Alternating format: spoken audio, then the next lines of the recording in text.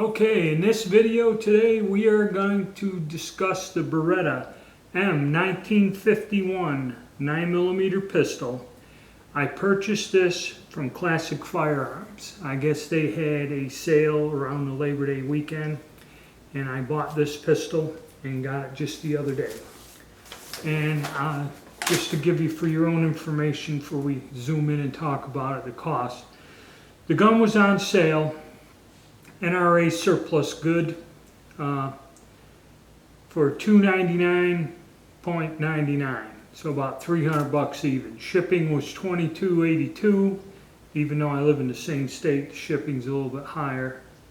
And I had to pay sales tax of $22.59 for a grand total of $345.40 plus $20 for the dealer transfer, so $365.40, which I still think the whole grand total with everything is still lower than what AIM has this pistol advertised for in the same condition and grade.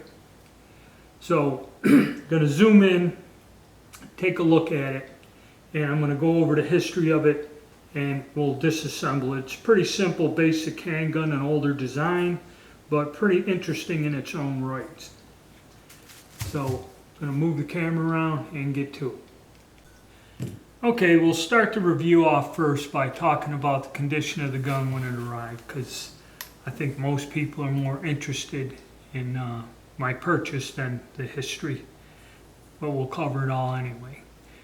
The gun showed up in fairly good shape. Of course, the people I got it from, they unpacked it, and all I got was some bubble wrap and two of these Classic Firearms stickers in the paperwork. But all in all, the condition of the gun is not bad. You know, it is a used gun. It was graded surplus, very good, I believe. Surplus good. Okay.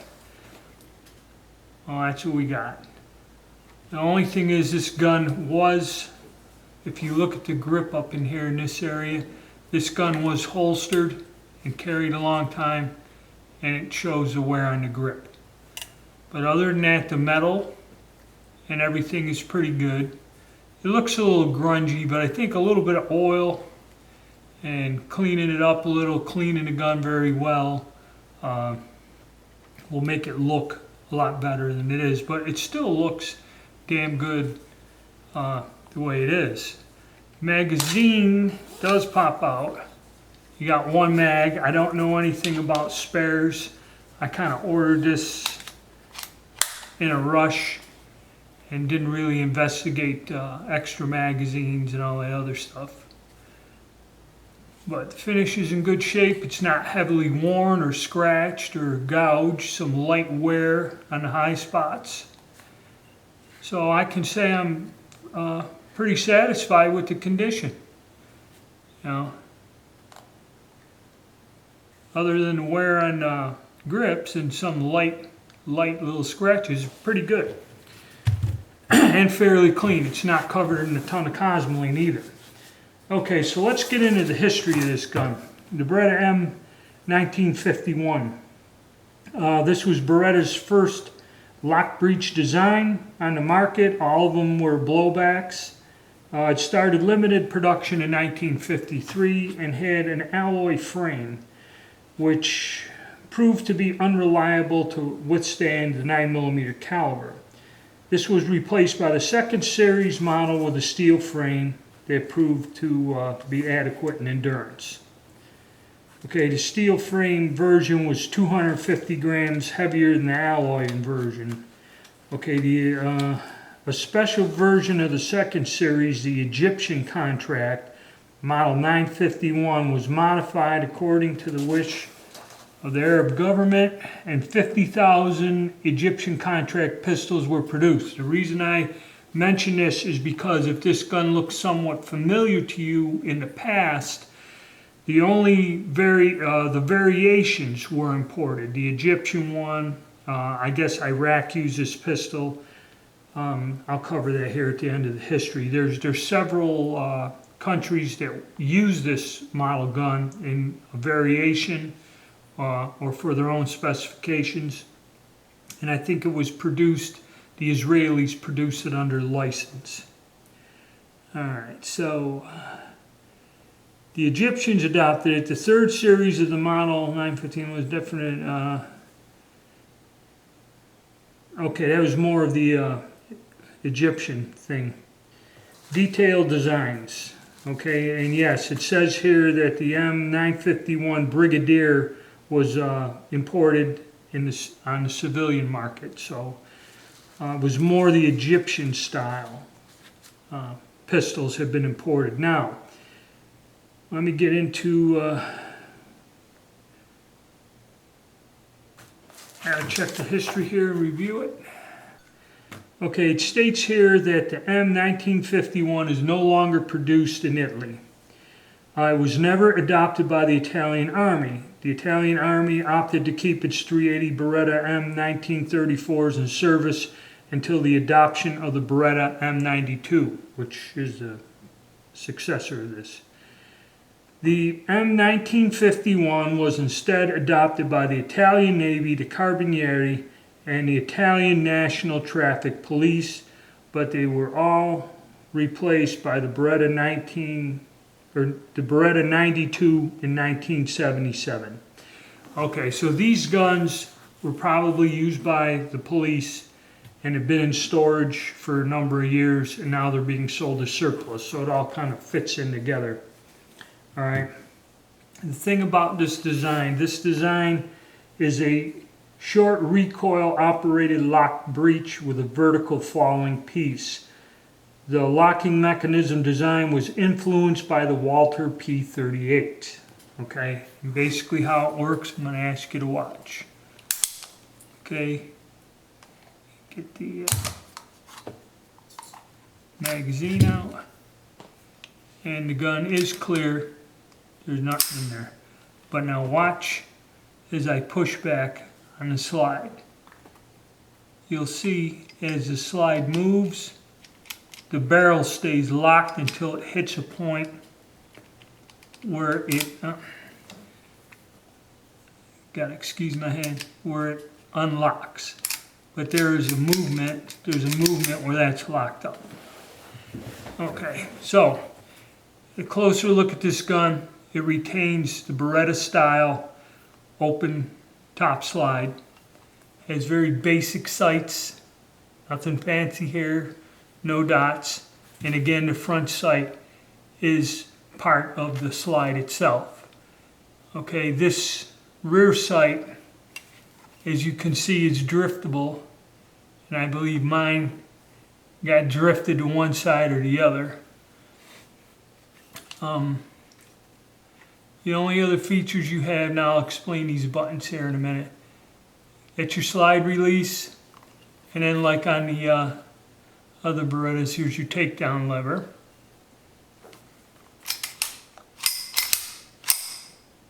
And this pistol, number one, this pistol, the magazine is out, does not have a mag safety, so that's not there. And this is a single action gun. The only thing it has is, you go back a bit, there's a, call it a half cock or whatever, but there's a position on the hammer where you can have that hammer to where it locks away from the firing pin. Okay? And it's single action. That's like on the old M1911s. You could load the gun, lower it with the safety off until you get to that position, holster the gun, safety off with this locked. It won't move the trigger or nothing, and then you'd have to draw the gun, cock it, and then fire it. But this is a single action only pistol. Pretty simple, older style in design. Now, as for the buttons, the safety, which is pretty wild here, it has a what they call a cross bolt safety. See this button here? I think if you can maybe see, there's a little bit of red there. Well, when you press this in from the right side, the gun is on safe. And you have to press the top button again in from the left side. And there is, if you can look down in the dish there is a little bit of red there to tell you, there is a visual indicator. And then the gun will fire.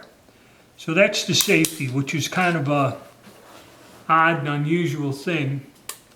You'd have to draw your gun, get your thumb up there, hit it, and then get your grip back on the pistol. There's really no way. There's no way to, I'll do it this way. Got your safety on. There's no way to draw the gun on safe. I mean, it's in that grip pretty deep. It's kind of awkward to throw it off. You'd have to take your hand back, hit it, and then regain your grip on it. Now they have a lanyard loop, which is standard for police and military. And the magazine is designed like the old 380s with a little finger groove in there. It's a single stack magazine. It holds 8 rounds. So it's an 8-round single stack mag. And then this big button here down on the heel, other than the European style where you have to pull the thing back, this is just a push button mag release down here. Pretty different. For all you combat shooters out there, there's really no way to hit this with your hand, like on a 45 or some of the others up here. This is something you would have to probably use your opposite hand to draw and reload the magazine. Now, we'll get into the field stripping. And like I said, I'll show you the basic operation. Alright. Okay. Mag release here. Then you have your slide release here, which we just depress. There you go, just like on most automatic pistols. Now this here, this is your takedown lever. Now if you look, I don't know if you can see it, there's a word written in fine print with an arrow going upwards. And it is SMONTAGGIO and then a little arrow.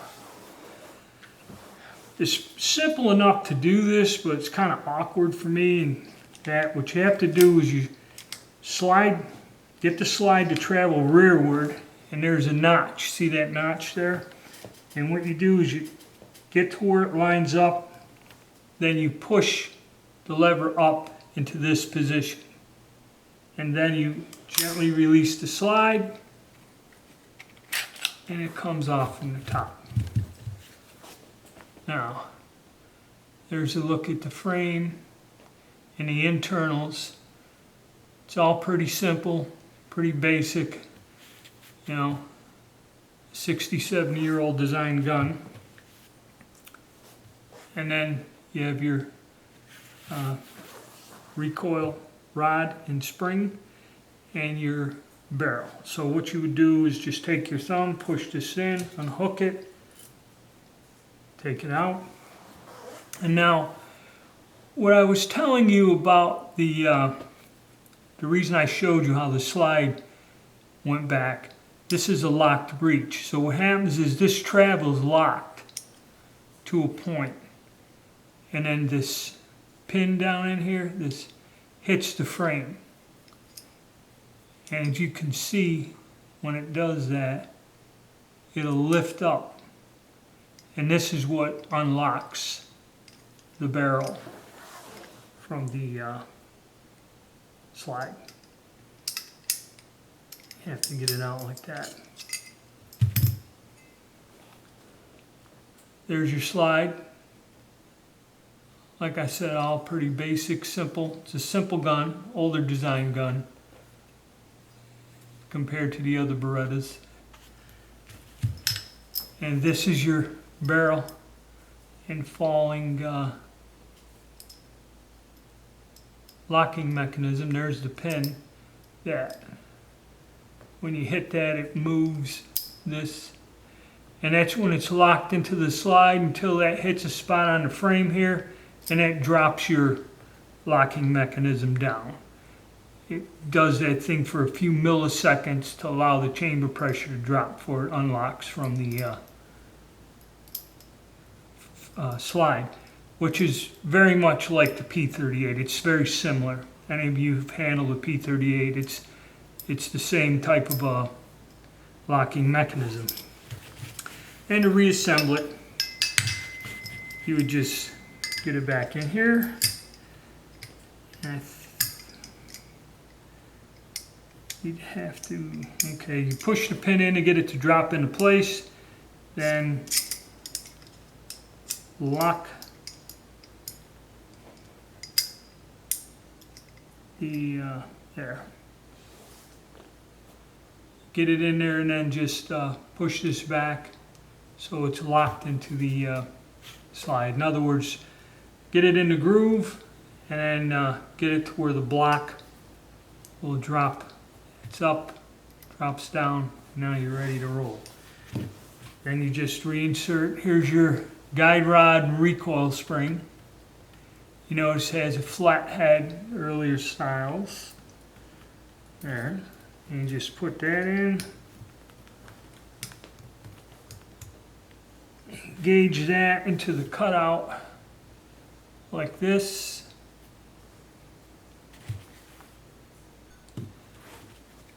Okay, just line the slide up. Had a little difficulty there, and it should just very easily go back together. Then you just pull back, you slide until you get to your notch again, and then rotate the takedown lever down into that position. You're in business. So there we go. Interesting piece of history here. Interesting gun. Magazine. I don't want to go into that. Actually, not a bad price. I believe I got a good deal from Classic on this. I got a lot less than where it was advertised, and the condition is good as far as I'm concerned. Actually better. I'd call it very good. So that's it for my take on a Beretta M51. I hope it helps you guys out there that are thinking about buying this. And we're going to get out to the range and fire this thing here. Just another older, unusual gun and an interesting piece of history. And